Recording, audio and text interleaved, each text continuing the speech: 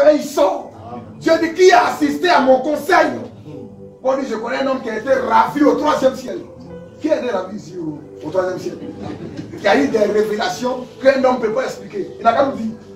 Jean dit, je fus ravi en esprit. On dit que tu vois, écrit l'envoi aux églises. Ces qualités ne sont pas données à tout le monde, frère. Amen. Alléluia. Amen. Continue, frère, oui. Remarquez ce... Il s'agit de terminer tous les mystères de Dieu. Vas-y. Qui sont écrits dans le livre. Le 7e ange. Le 7e ange. Rassemble tous les mystères. Il rassemble tous les mystères. Qui avaient été laissés en suspens. Il rassemble tous les mystères. Qui avaient été laissés en suspens. Il a commencé par la semence du serpent et il a terminé par mariage et divorce. Parce qu'arrivé sur mariage, les dénominations ont tout mélangé. On dit, ah, si ta femme t'a quitté ou bien l'une des femmes est partie, il faut faire attention, il faut laisser comme ça. Il faut prier pour qu'elle revienne, ou bien tu laisses comme ça. Vice versa pour la femme aussi. Lui-même, il croyait ça avant. La question répond sur la Genèse. Jusqu'à ce qu'il soit éclairé par l'Esprit de Dieu. Lui remet 7. Une femme est liée à son mari aussi longtemps qu'il vit. On n'a pas dit la femme, l'homme est lié à la femme aussi longtemps qu'il vit. Si elle est partie, soit elle retourne dans son foyer, ou bien elle reste comme ça sans se marier. Mais l'homme, est-ce qu'il a la capacité de se remarier ou pas? Il dit il a la capacité. Ils sont partis le même pied d'égalité, c'est clair. Quand le parti dit quoi? Il faut laisser comme ça, il faut prier pour qu'elle revienne. Il dit non, la femme est liée à nous. Elle doit rester comme ça. Pas l'homme. Il dit lui, il n'a rien à voir avec ça. On ne peut pas les mettre sur le pied d'égalité. C'est une nourriture, frère. Jusqu'aujourd'hui, des gens dans le message disent ah, ça là non. C'est trop dur. Alléluia. Et présenter la condition simplement de l'homme et de la femme. C'est comme ça. Vous dites la femme n'a qu'à faire très attention. Dieu bénit sa parole, frère. Amen. On termine, oui. Le 7e ange. Rassemble. Vous avez sa tête, non? Ça veut dire quoi? Question. Amen. Il dit, je vois un cavalier rouge. Est-ce qu'il n'a pas vu un cavalier rouge? Ça veut dire quoi? Question. Donc ça reste toujours un mystère. C'est vrai, ça a été ouvert. Il a vu quelque chose, mais ça n'a pas été brisé. Alléluia. Il faut que ça soit brisé.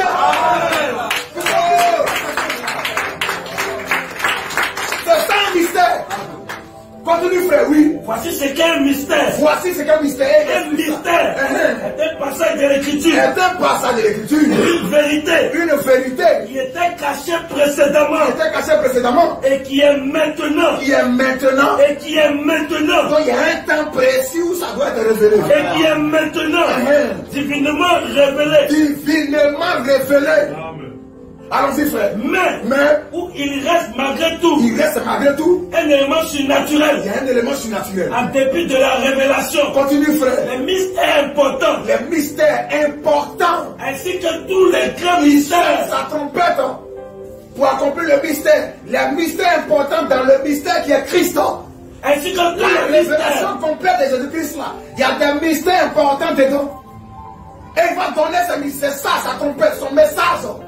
Allons-y, frère, oui. Les mystères importants, ainsi que les grands mystères. Les grands mystères sont les suivants de points. Le premier mystère, oui, est le mystère du royaume des cieux. Le mystère du royaume des cieux. C'est celui dont nous parlons. Oui. Maintenant dans Matthieu 13. Il dit c'est celui dont nous parlons maintenant. Dans Matthieu 13. Dans Matthieu 13. À partir du verset 3 à 15. Le deuxième mystère, oui, est celui de l'aveuglement d'Israël. Vous voyez, donc vous les chrétiens là, Jésus ne vous connaît pas, hein? Jésus est venu seulement pour les juifs. Alléluia. Mais s'il ne connaît pas le mystère du royaume, s'il ne connaît pas le mystère de l'aveuglement d'Israël, comment il saura que Dieu est dans les nations? Question. Donc il n'y a pas de prophète dans les nations. Hein? Les prophètes c'est pour Israël. Alléluia. Est-ce qu'avant les prophètes qui venaient là, il y avait un Robert dedans? Il y avait un Chinois dedans? C'est comme ça. Mais nous on dit il y a les prophètes dans les nations. Amen. En vertu de quoi? Il faut connaître le mystère de l'aveuglement d'Israël. Tu sauras qu'il y a une branche qui a été ôtée et une autre branche a été greffée. Pour recevoir les mêmes Le deuxième mystère est celui de l'aveuglement d'Israël. L'aveuglement d'Israël. Pendant cet âge. Pendant cet âge-là. Contexte de Romains 11, verset 1. Romains 11, verset 1. Le troisième mystère Le troisième mystère est celui de la translation des saints la vivants. translation, en un clin d'œil, en un instant, nous serons transformés. Ça sera quand? C'est à la fin même de cet âge-là. Au temps de la fin, Au temps de la fin, dans ce temps ici, dans cet âge-là, on pourrait dire que eux aussi 1 Thessaloniciens 4, ça s'accomplit dans verset l'Odyssée. 14 à 17. La translation des saints s'accomplit dans l'Odyssée. Un côté que des Thessaloniciens, c'est dans l'Odyssée. C'est pas dans Éphèse, ni Pergame. C'est à la fin de cet âge, donc à la fin de la grâce. Amen. Continue, frère, oui. Le quatrième mystère est celui de l'église du Nouveau Testament. L'église du Nouveau Testament. Formant un seul corps, Formant un seul corps. composé à la fois des Juifs et des nations. Et c'est ça, tu vas prêcher aux musulmans. Il dit Jésus est venu seulement que pour les brebis perdues de la maison d'Israël. Tu vas lui dire, dans Jean 10, il a dit j'ai encore d'autres brebis qui ne sont pas de cette bergerie. Il n'a pas dit il y a encore d'autres brebis qui ne sont pas dans cette bergerie. Il y a une différence entre deux et dans. Tu peux être en Côte d'Ivoire et ne pas être de la Côte d'Ivoire. Tu peux être en Abidjan et ne pas être prié. Tu peux être en France et ne pas être français.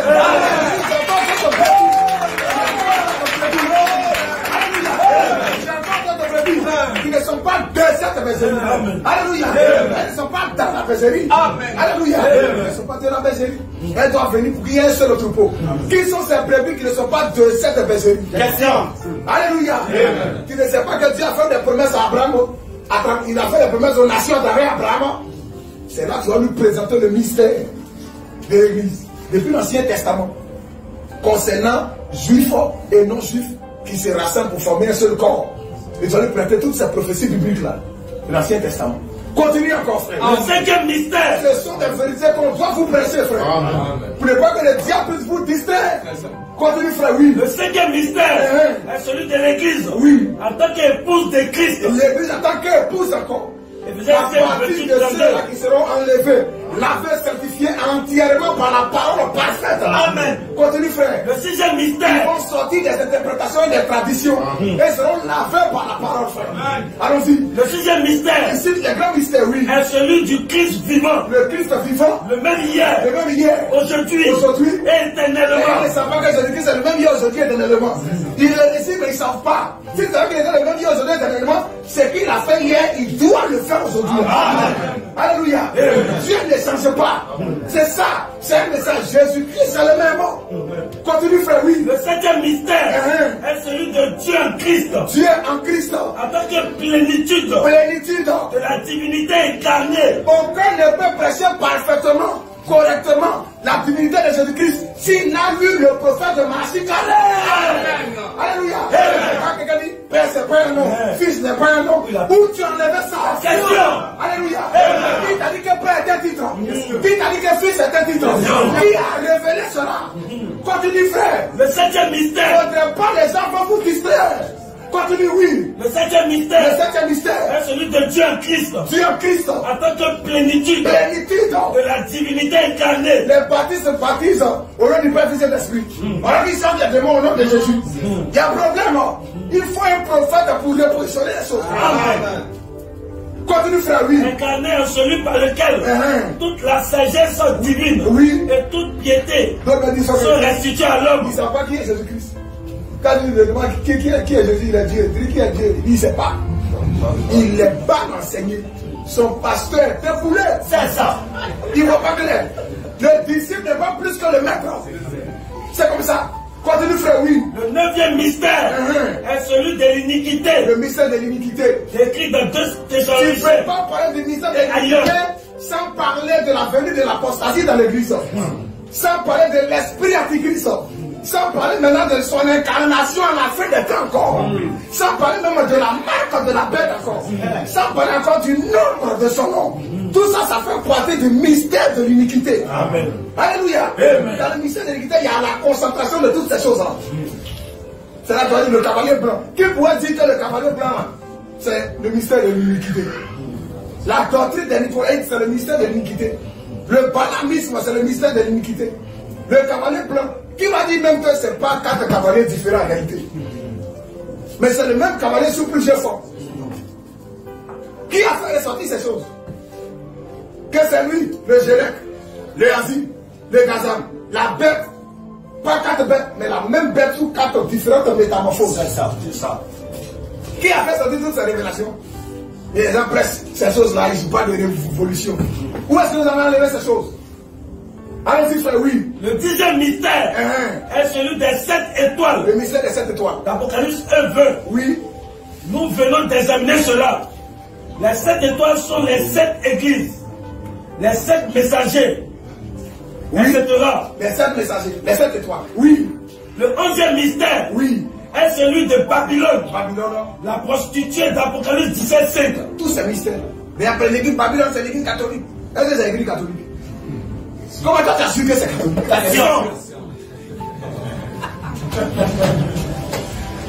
Vous voyez?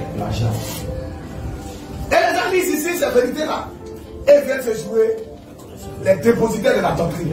Non, on ne dit pas qu'il faut présenter un homme, il faut présenter la parole qui est Jésus-Christ.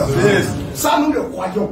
Mais il ne faut pas mentir pour dire que tu es le dépositaire de la parole. Non, non, non, ce n'est pas vrai.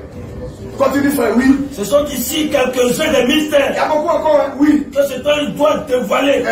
Il doit dévoiler tous les mystères de Dieu. Et quant aux autres, je les cite avec respect. Il dit, je les cite avec respect. Ne me réfère pas à moi-même. Je ne me réfère pas à moi-même. Mais à l'ange de Dieu. Je me réfère à l'ange de Dieu. Oui. Ce sont 2 points. Ce sont 2 points. La sémence du serpent. Quand les gens prêchent, ce qui s'est passé au jardin d'Éden, c'est parce qu'ils ont lu dans les prédications. C'est clair, frère. La sémence du serpent. Mystère qui avait été caché pendant toutes ces années. Pendant toutes ces années. La question de la grâce. La question de la grâce. Mise au point. Prêcher véritablement la grâce. Non pas la disgrâce. Pas la disgrâce. Mais la grâce réelle. Oui, parce que la grâce, tu peux mal la présenter, va devenir une disgrâce. Et c'est ce que les gens prêchent. Tu peux goûter à la femme avant de la prendre. C'est la disgrâce. Ce n'est pas la grâce. Continue, frère, oui. Non pas la disgrâce, mais la grâce réelle. Prêcher la grâce sans le concours de l'homme. Dieu nous sauve au cadeau. Amen. Allons-y encore. La vraie grâce. La vraie grâce. Le fait qu'il n'y ait pas une affaire qui brûle éternellement. Il n'y a pas d'affaire éternelle, oui. Vous brûlerez peut-être pendant des millions d'années. Le seul qui est éternel, c'est Dieu lui-même. Mais tout ce qui est éternel, il est égal à lui-même. L'enfer n'est pas éternel, on peut être égal à Dieu. Ni fait. Alors que l'enfer a été créé. L'enfer a été créé. Ce sont tous des mystères. Oh, c'est écrit quand tu dis l'enfer, feu qui ne s'éteint point. Il y a problème. Vas-y, frère, oui. Le mystère du baptême. Le mystère du baptême. Du Saint-Esprit. Le mystère du baptême du Saint-Esprit. Sans aucune sensation. Parce que là-bas, pour dire que vous pouvez baptême de l'Esprit, il faut trembler d'abord. Lui dit c'est le baptême du Saint-Esprit sans aucune sensation. Mais pour la personne de Christ, accomplie en vous, Dieu vient te sceller les mêmes œuvres. Que celle qu'il fit autrefois. Autrefois, frère, allons-y. Le mystère du baptême d'eau. Le mystère du baptême d'eau. Ou un trinitariste. Ou au concile de Nicée. Extrémiste. Un trinitariste extrémiste a introduit les titres de Père. Le baptême Père et Saint-Esprit là, c'est au concile de Nicée. C'est un trinitariste extrémiste qui a introduit ça. On les apporte baptisés tous au nom de Jésus-Christ. Allons-y, frère, oui. Et le mystère de la divinité. Le mystère de la divinité. Qui est accompli dans le baptême au nom de Jésus-Christ. Qui est accompli dans le baptême au nom de Jésus-Christ. Selon le livre des actes. Et que toi recevoir l'église de notre temps. Claire. Ce sont là quelques-uns de ces mystères. Il y a le mystère même de la grâce. Et le mystère de la sécurité éternelle. Ceux qui presque on ne parle pas de salut. C'est quelqu'un qui a prêché cela. Baptiste dit que te salut là, tu peux perdre. Si tu ne fais pas attention. Alléluia. On lui a prêché la sécurité éternelle. C'est comme ça. Il a repositionné les choses. Le mystère du retour de la colonne de feu. On voit la colonne de feu dans son ministère. Parce que l'éclair est parti de l'Orient, doit se présenter en Occident. La colonne de feu a apparu à route de Damas en Orient. Elle va se révéler encore en Occident. La colonne de feu, c'est pas à Lakota. Jamais. Ni à Fokopri, elle va se révéler. Elle se révélera en Orient, en Occident. Qui s'est révélé en Occident? C'est le prophète de Malachi 4. Alléluia. Il n'y a plus de mystère pour nous dans la Bible. Matthieu 25, il n'y a plus un mystère. Les gens viennent mentir. C'est moi qui dis Matthieu 25. Matthieu 25 a été expliqué. Amen. Il y a quand même de mystère. Vous pensez que ceux qui prêchent les révélations chrétiennes ne connaissent pas ces choses-là? Ils les connaissent. Voilà le livre.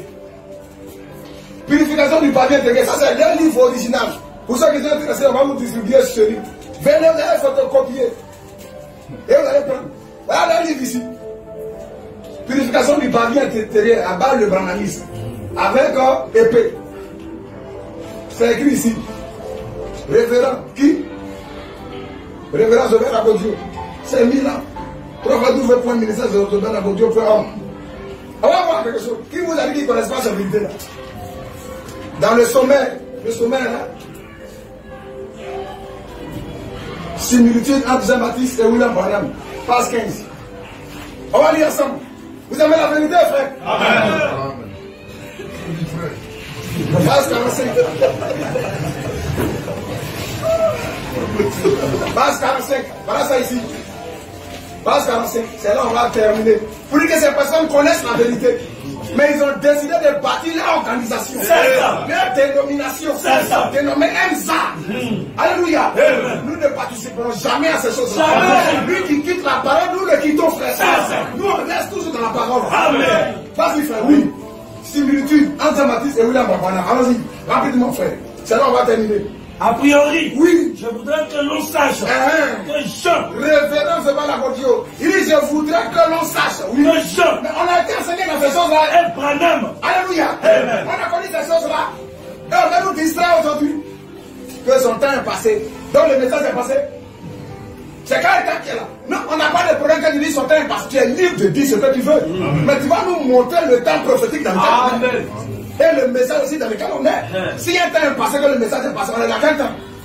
On est dans quel message? Période transitoire. Révolution chrétienne. Arrête de distraire les gens. Allons-y, frère, oui. A priori, je voudrais que l'on sache que Jean et Branham avaient tous les œufs. C'est Zobel Agodio qui parle. L'esprit. Les deux avaient l'esprit. Et la puissance d'Élie. Mais c'est clair. Pourquoi quand on te demande, tu manges? Moi, je ne vais jamais trahir mon père. Est-ce que ton père a dit? Ton père a trahi ses propres propos. C'est ça. Il a trahi ses propres propos. Il dit Jean et Branham sont animés du même esprit. Continue. S'agissant de Jean-Baptiste, Jésus rendit de lui le témoignage qu'il était Élie. Matthieu 17, à partir du verset 9 à 13. Vas-y. En supplément, l'ange avait dit à son père qu'il serait revêtu de la puissance d'Élie. Deux points. Jean-Baptiste marchera devant Dieu avec l'esprit et la puissance d'Élie pour ramener les cœurs des pères vers leurs enfants et les rebelles à la sagesse des justes afin de préparer au Seigneur un peuple bien disposé. Luc 1 à partir du verset 17. Jean était aussi le messager qui devait préparer la première venue du Seigneur. La première venue du Seigneur. Comme le stipule Dieu, Malachie 3 à partir du verset 1. Continue. Deux points. Voici, j'enverrai mon messager. Il préparera le chemin devant moi. Et soudain, entrera dans son temple. Le Seigneur que vous cherchez. Continue. Aussi. Jean était un homme qui aimait vivre dans la nature. Dans le désert. Moi, dit-il, je suis la voix de celui qui crie dans le désert. Deux points. Apparition le chemin du Seigneur. Comme a dit Esaïe. Jean chapitre 1, à partir du verset 23. Par ailleurs, tout comme Jean-Baptiste, William Branham, par ailleurs, tout comme Jean-Baptiste, William Marion Branham était Élie. Amen. Continue. Il était celui dont l'écriture, dans Malachie chapitre 4, à partir du verset 5 à 6, deux points. Voici, je vous enverrai Élie, le prophète, avant que le jour de l'Éternel arrive. Donc il est d'accord avec ça. Le jour grand et redoutable. Il ramènera le cœur des pères à leurs enfants et le cœur des enfants à leurs pères. Dites-nous que vous ne croyez plus ces choses-là.